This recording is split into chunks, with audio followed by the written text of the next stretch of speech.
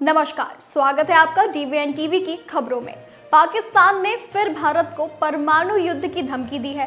सिंधु जल समझौता सस्पेंड किए जाने के भारत के फैसले को लेकर पूर्व विदेश मंत्री और पाकिस्तान पीपल्स पार्टी के चेयरमैन बिलावल भुट्टो जरदारी ने परमाणु युद्ध की धमकी दी है। वो इन दिनों अमेरिका में हैं और गुरुवार को उन्होंने वॉशिंगटन के मिडिल ईस्ट इंस्टीट्यूट में भारत के खिलाफ फिर जहर उगला। उनका कहना है कि सिंधु जल संधि का उल्लंघन करके भारत पाकिस्तान के जल संसाधनों को बाधित कर रहा है और जल पर पहला परमाणु युद्ध छिड़ने की नींव रखी जा रही है।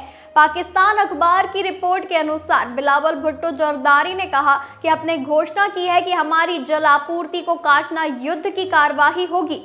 उन्होंने धमकी भरे लहजे में आगे कहा कि हम इसे राष्ट्रवाद के तौर पर नहीं कह रहे हैं, हम मजे में ये बातें नहीं करते, ये हमारे लिए अस्तित्व का संकट है। धरती पर कोई भी देश, चाहे उसका आकार, उसकी ताकत या उसकी क्षमता कुछ भी हो, अपने अस्तित्व और अपने पानी के लिए लड़ेगा। संधि को लेकर बात करने के लिए उन्होंने अमेरिका से भारत को मेज पर लाने का आग्रह किया।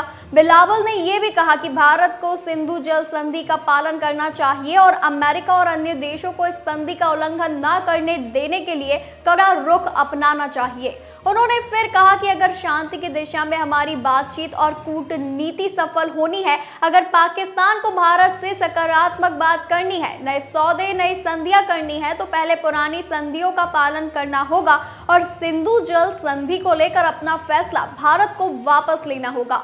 बिलावल भुट्टो ने कहा कि 22 अप्रैल के पहलगाम के आतंकी हमले के बाद दोनों देशों के बीच तनाव बढ़ गया और भारत ने सिंधु जल संधि सस्पेंड कर दी और बदले में पाकिस्तान ने फैसला किया कि वह शिमला समझौते समेत भारत के साथ सभी द्विपक्षीय समझौते को स्थगित रखने के अधिकार का इस्तेमाल करेगा।